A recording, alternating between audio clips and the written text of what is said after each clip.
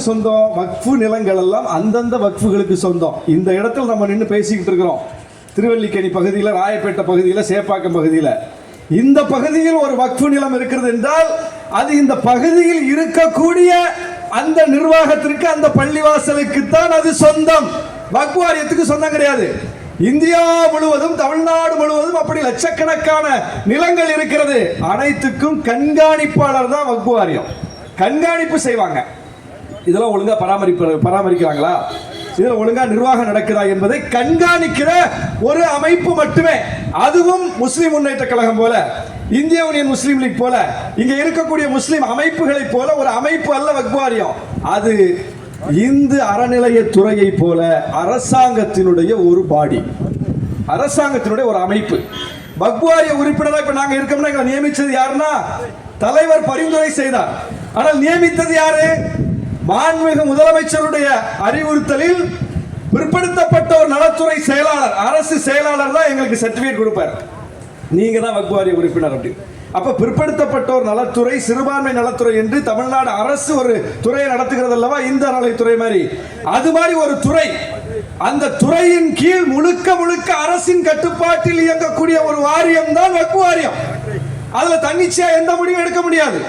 அரசை மீறி எந்த முடிவும் எடுக்க முடியாது. ஒவ்வொரு முடிவிலும் அரசுக்கு அதிகாரம் இருக்கிறது. அரசு தான் தலையிடும். அரசு கட்டி கொடுத்த கட்டிடத்தில் தான் வக்ஃபு வாரியம் இயங்குது. அரசு தான் நிதி கேட்டு அந்த நிதியை வைத்து தான் வக்ஃபு வாரியம் நிர்வாகம் செய்கிறது. எனவே இந்துக்கள் சொத்தை மட்டும் பாதுகாக்கிறதுக்கு, பராமரிக்கிறதுக்கு, நாட்டாம செய்யறதுக்கு இந்த அறநிலையத்துறை வருது. இப்படி போய் முஸ்லீம் சொத்தை பண்ணுவியா, இப்படி போய் கிறிஸ்தவ சொத்தை பண்ணுவியான்னு கேட்கிறாங்களா, அதுவே பொய். முஸ்லிம் சொத்துக்களையும் அரசு தான் நிர்வகிக்கிறது. முஸ்லிம் பள்ளிவாசல்கள்ல ஒரு பிரச்சனை என்றால் வக்ஃபு வாரியம் போய் நேரடி நிர்வாகம் எடுக்கிறது, டைரக்ட் மேனேஜ்மெண்ட். அப்படின்னா என்ன அர்த்தம்? அந்த பள்ளிவாசலையே அரசு தான் நிர்வகிக்குதுன்னு அர்த்தம். அப்ப இப்படித்தான் ஒரு அரசு அங்கமான ஒரு நிறுவனத்தை, ஒரு அமைப்பை முழுக்க முழுக்க ஏதோ ஒரு சட்டவிரோத அமைப்பு போலவும், அவங்க நினைச்சா ஊர்ல யாரு சொத்தை வேணாலும் எடுத்துட்டு இது வக்ஃபு சொத்துன்னு சொல்லிட்டா அதுக்கு வேற அப்பீலே இல்லை என்பது போல ஒரு தோற்றத்தை ஏற்படுத்துகிறார்கள். வக்ஃபு வாரியம் எடுத்த எத்தனையோ முடிவுகளை தீர்ப்பாயம் உறுதிப்படுத்தி இருக்கிறது, ட்ரிபியூனல். அப்படி தீர்ப்பாயம் உறுதிப்படுத்துறத கோர்ட் ஸ்டே கொடுத்திருக்கு. பல ஆயிரம் வழக்குகளை தமிழ்நாட்டில் காட்ட முடியும், இந்தியா முழுவதும் காட்ட முடியும்.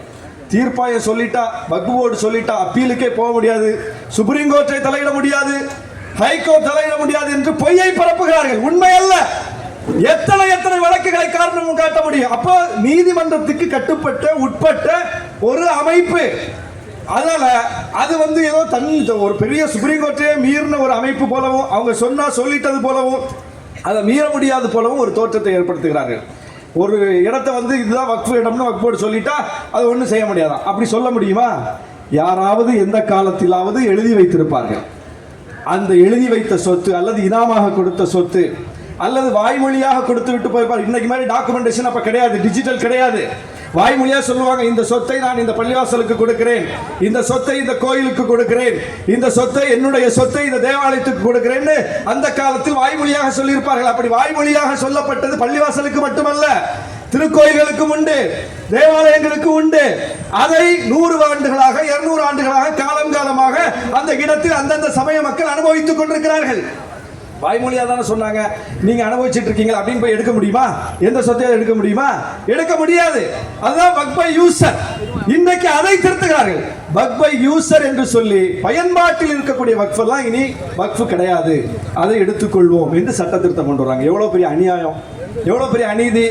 அப்ப வாய்மொழியாக கொடுக்கப்பட்ட சொத்துக்கள் என்பது இஸ்லாமியர்களுக்கு மட்டுமல்ல, எல்லா மக்களுக்கும் கொடுக்கப்பட்டது இருக்கிறது.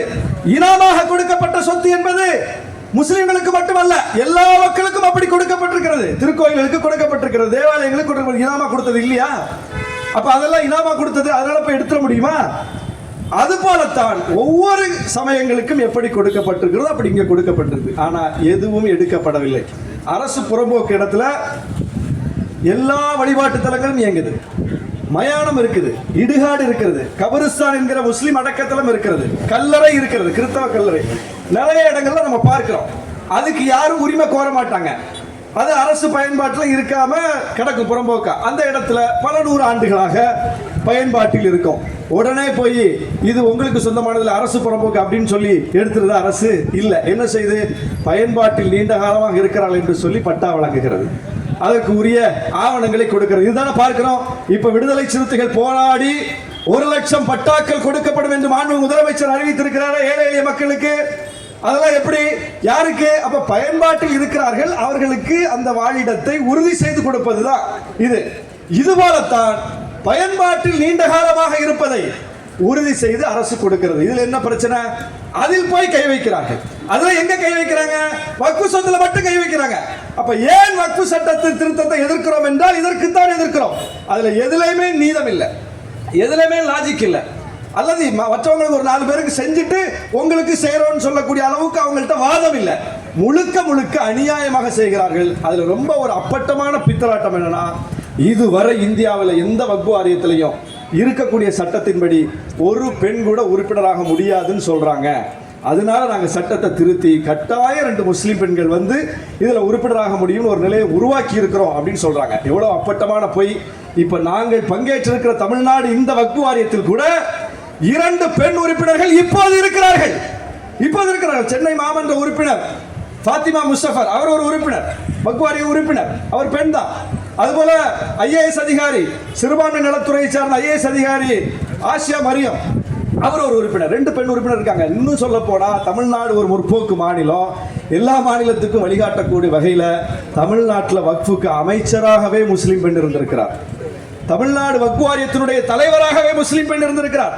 தமிழ்நாடு வக்ஃபு வாரியத்தினுடைய முதன்மை செயல் அலுவலர் என்கிற CEO பொறுப்பில் முஸ்லீம் பெண் இருந்திருக்கிறார். அப்ப பெண்களை தலைவராக, அமைச்சராக, CEOவாக, இன்னைக்கு உறுப்பினர்களாக வைத்து அழகு பார்க்கிற ஒரு நிலை இருக்கிறது வக்ஃபு வாரியத்தில்.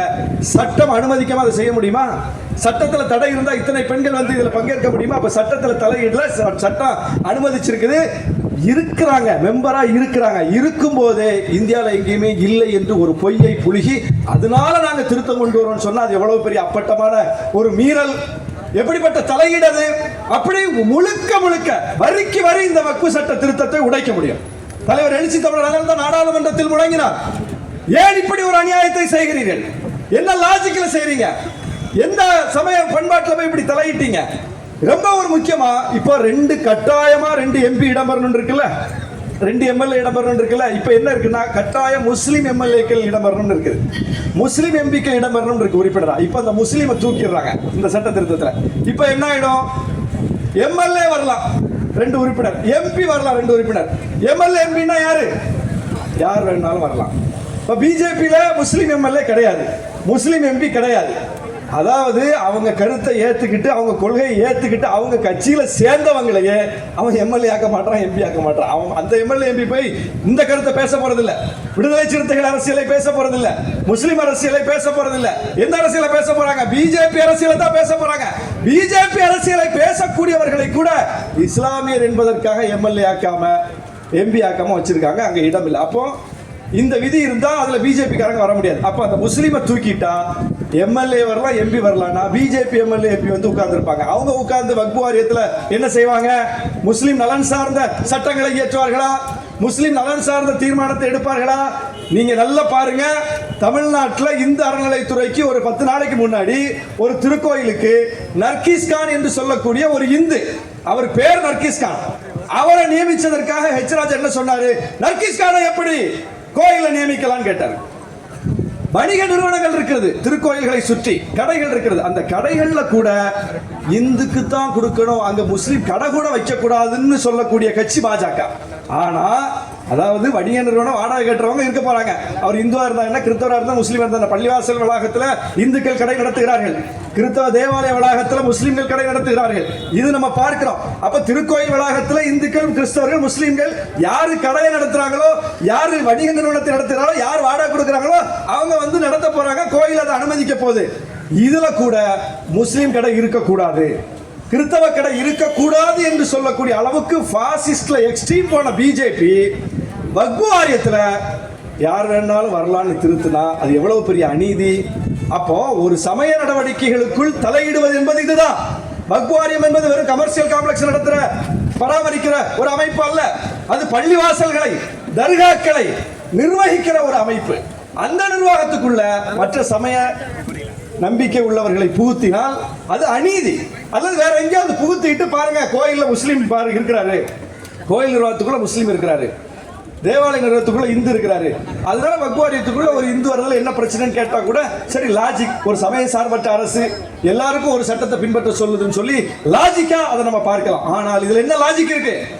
எனவே எங்கே அநீதி நடந்தாலும் அதுல பாதிக்கப்பட்ட தரப்பின் நியாயங்களை பார்த்து போராடுகிற விடுதலை சிறுத்தைகள் கட்சி நாடாளுமன்றத்திலும் சட்டமன்றத்திலும் மக்கள் மன்றத்திலும் தன் குரலை இன்றைக்கு வலிமையாக பதிவு செய்து எல்லா கட்சிகளுக்கும் வழிகாட்டக்கூடிய வகையில், மீண்டும் நான் இதை சொல்றேன், இப்படிப்பட்ட போராட்டத்தை எல்லாருக்கும் வழிகாட்டக்கூடிய வகையில், தலித் பிரச்சனை வந்தாதான் விசிக போராடும் எல்லாம் நினைச்சிட்டு இருக்காங்க. தலித் பிரச்சனைக்கு நாங்க மட்டும்தான் போராடும், அது வேற. ஆனால் யார் பாதிக்கப்பட்டாலும் விசிக போராடும் என்பதை இன்றைக்கு மீண்டும் மீண்டும் தலைவர் எழுச்சி தமிழர் நிரூபித்திருக்கிறார். அவருடைய குரல் என்றைக்கும் ஓய்ந்ததில்லை, அவருடைய குரல் என்றைக்கும் தோல்வியுற்றதில்லை, வெற்றி பெற்றிருக்கிறது, களத்தில் வெற்றி பெற்றிருக்கிறோம். எனவே இந்த போராட்டத்தில் விடுதலை சிறுத்தைகள் வெல்வோம் வெல்வோம் என்று சொல்லி வாய்ப்புக்கு நன்றி கூறி விடைபெறுகிறேன். நன்றி, வணக்கம்.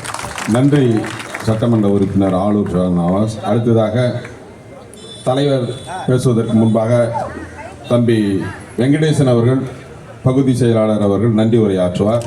இரவு பகலாக இங்கு பாடுபட்டவர். அவரோடு வட்ட செயலாளர் மகேஷ், பச்சை போன்றவர்களெல்லாம்